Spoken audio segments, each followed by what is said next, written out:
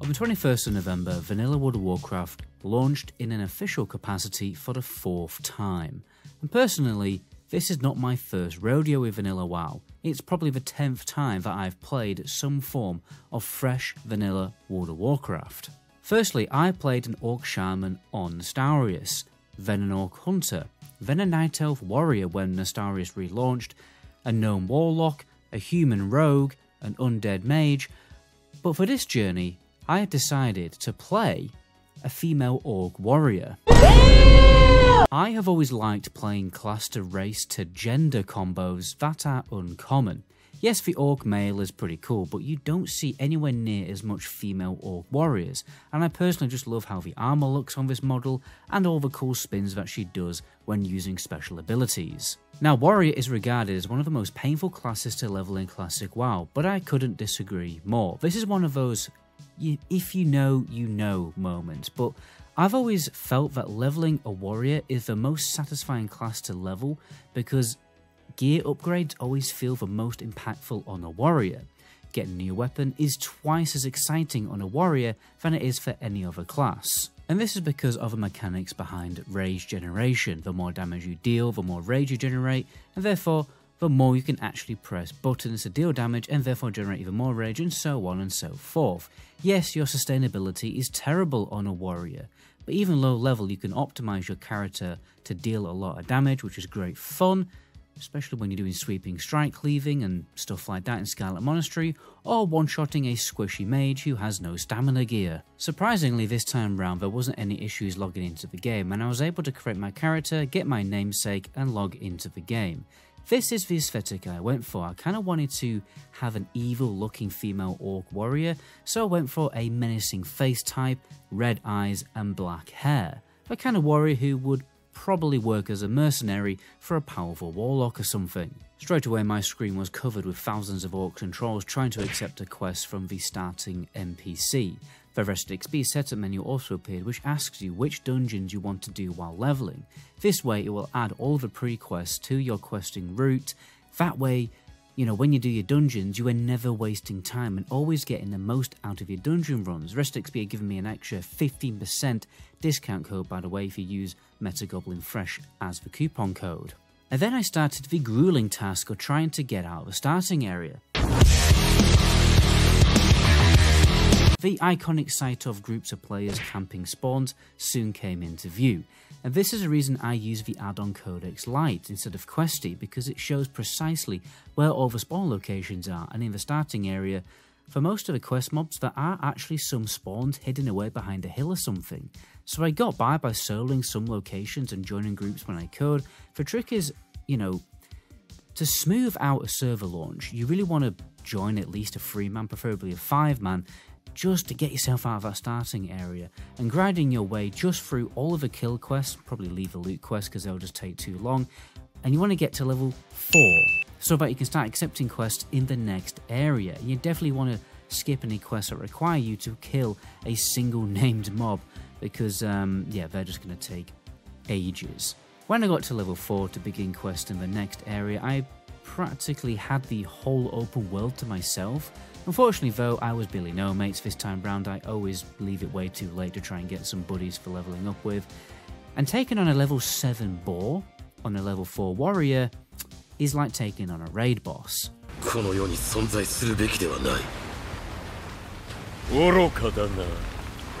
Metagoblin.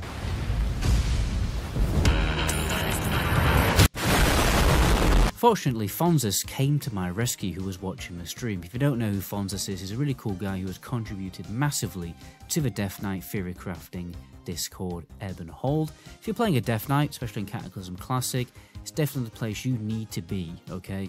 But anyway, this means I was now able to attempt questing, but we were both warriors, so it wasn't going to be devoid of difficulty, put it that way. We entered the Kolkar Crag to recover the 3-tier plant of the Mighty Centaur. After killing several strange horse people, we actually discovered that the Centaur were planning to raid Senjar Village, the Valley of Trials, and even Orgrimmar. You see, when you're low level, there's actually a lot of quests where you are essentially preventing the Horde and Alliance presence and settlements in Azeroth from being overcome by bad guys. It made me think how it'd be really cool if we got a Classic Plus server in the future with the setup and the setting. That really sounds stupid. Setup and the setting. Anyway, just imagine the world of Azeroth if all of the characters that were created in vanilla World of Warcraft, well, they weren't created. We didn't save this village, we didn't save this character from certain death. Imagine a vanilla world where the bad guys have actually won. There's no capital cities, there's barely any of the remaining members of the Alliance and Horde left alive, and the premise of the storyline for the Classic Plus server would be raid content and open world content all about reclaiming Azeroth. You could create so many ideas going down, but going down that rabbit hole, but we actually do need to get back to the video as I'm on a massive tangent here. The other threats of Durotar to the Horde are the Cull Tyrants and the Hex Trolls on the Echo Isles. I think the Ore Control starter area has to be one of my favourite, to be honest. I remember when I first saw the Echo Isles back in the day and just being how stunned at how beautiful this game can be sometimes. Mainland Durotar is this desert wasteland, but in the distance there's these Caribbean looking islands. It really piques your curiosity and excitement when the quest sends you there for the first time. My first play session was 3 hours long and I managed to get to level 8. Then I went on a little city trip for 3 days to my favourite place in the world, the city of York in England. You're probably thinking, what has the Metagoblin become? Going on holiday instead of playing a classic WoW fresh launch for 100 hours a week minimum? Well, I already had it booked, and this announcement just came out of nowhere, so I couldn't really rebook it. And I wasn't exactly going alone because this hot nerdy scouse girl keeps turning up at my house for some reason, and I am the kind of person who never bails on anyone because I absolutely despise it when it happens to me. But anyway, firstly, I went to the York Cocoa Works for the Chocolate Indulgent experience, where you get a tasting of different kinds of chocolate and different strengths of chocolate, and you learn about how chocolate is made. And I think we're slightly going off topic here because I'm supposed to be talking about World of Warcraft and making a World of Warcraft video. But what is World of Warcraft? Who is the Metagoblin? Can I really be called a Metagoblin anymore if I don't know life a server launch anymore? You know, I just remembered actually, I'm obviously recording this script a few days after I wrote it, because it's taken a few days to write.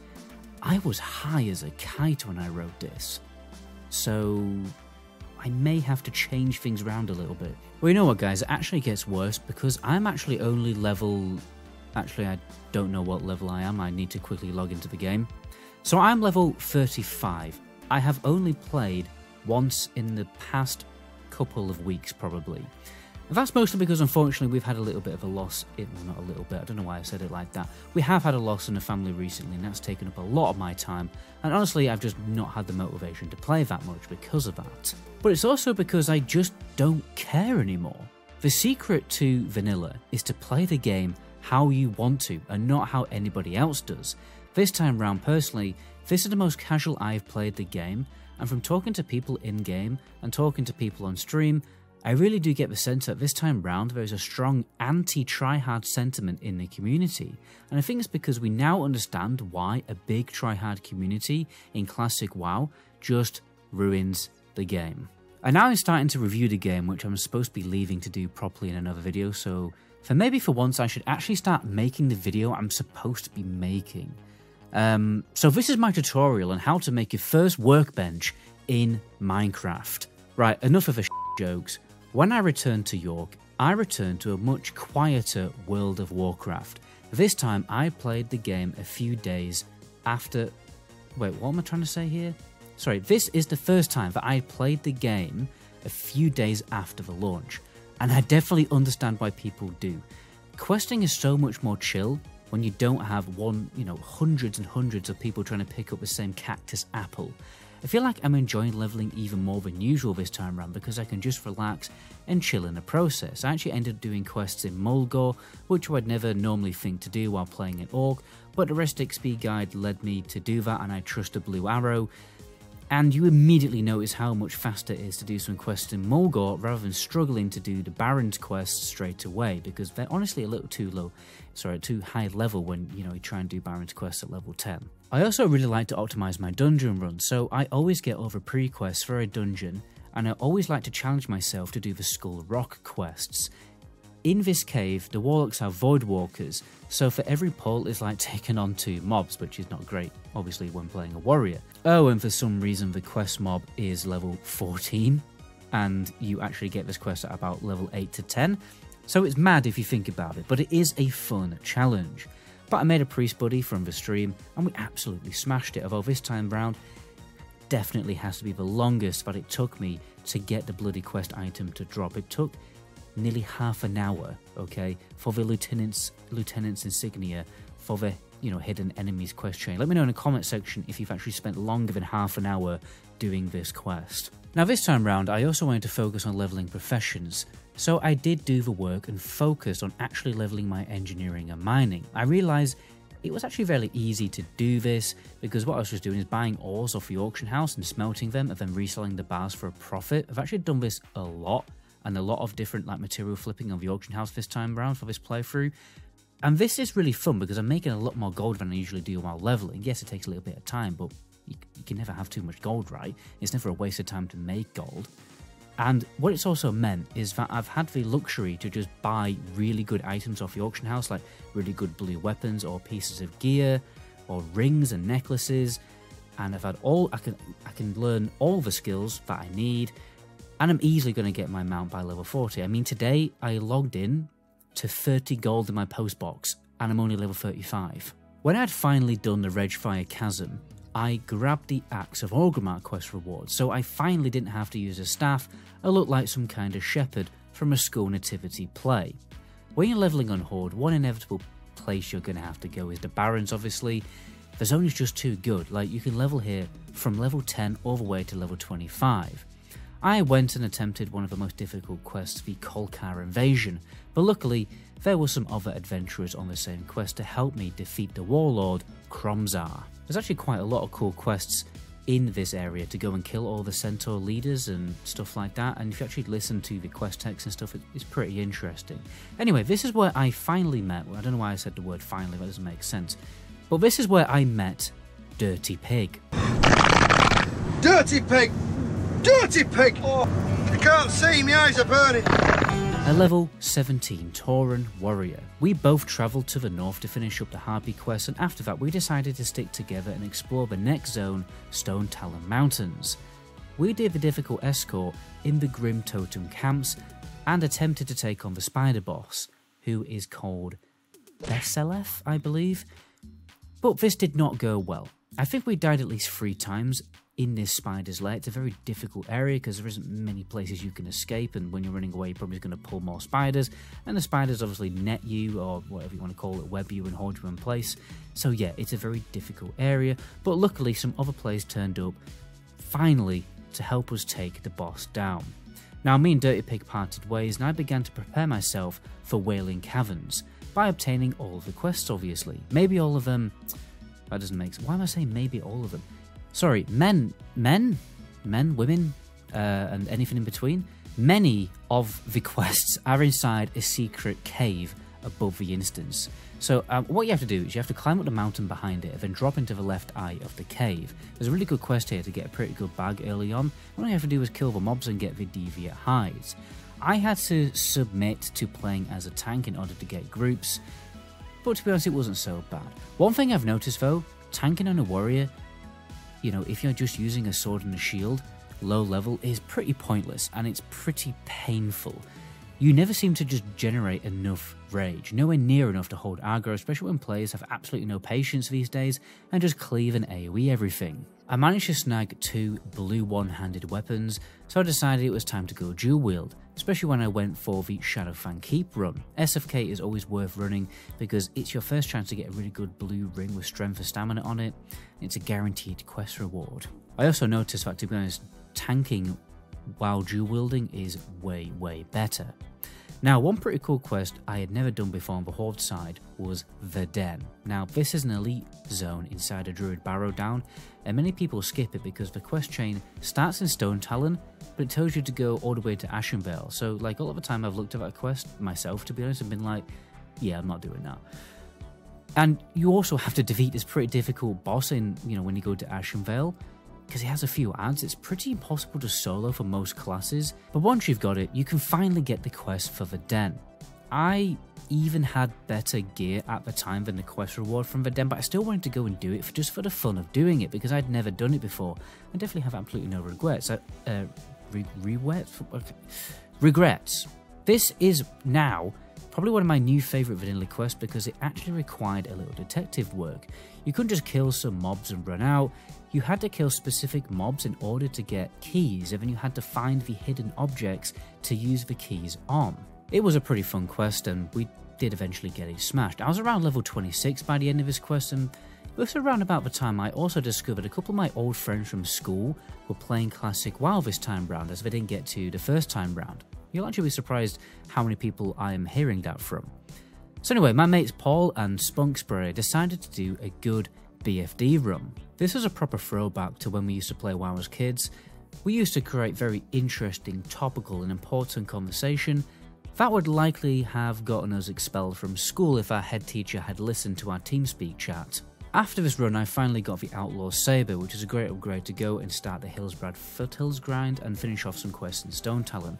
I was hoping for some good PvP action when I went to Hillsbrad, but instead, I mostly only found bots, unfortunately. We very likely will make a video about that in the future also.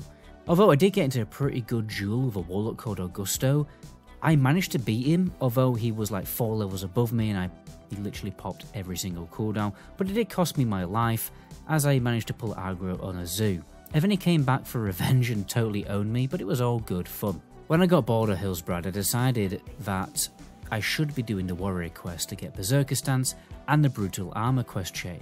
Now the Berserker Stance quest takes place on a secret island off the coast of the Barrens, and you have to take on several mobs in a row with barely any time to rest. But the trick is to squeeze in bandage and food ticks as often as you can in between mobs, and preferably you should like actually kite them up a little bit. I forgot to do that.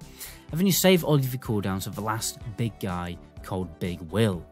This quest is fairly hard to solo, to be honest, but I did manage to snag Corpse Maker in a cheeky RFK run earlier on.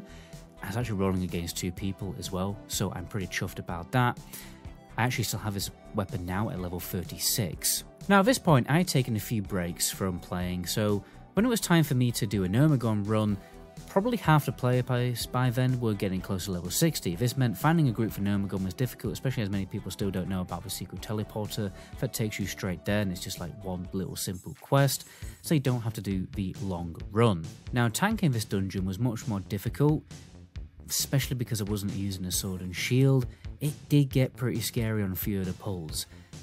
But like I said, if you have a one-handed shield, you just don't generate enough aggro to even like, sunder armor spam and tab target. So, what can you do? But I did finally get the run done, and I got my Trip Runner Dungarees. And this is one of the best leveling items in the game because it has a ridiculous chunk of agility on it. Most people keep this item until level 60. I've actually decided this time round for my warrior playthrough to focus more on acquiring agility and stamina so that I can have more crit, and to be honest, it's going very, very well.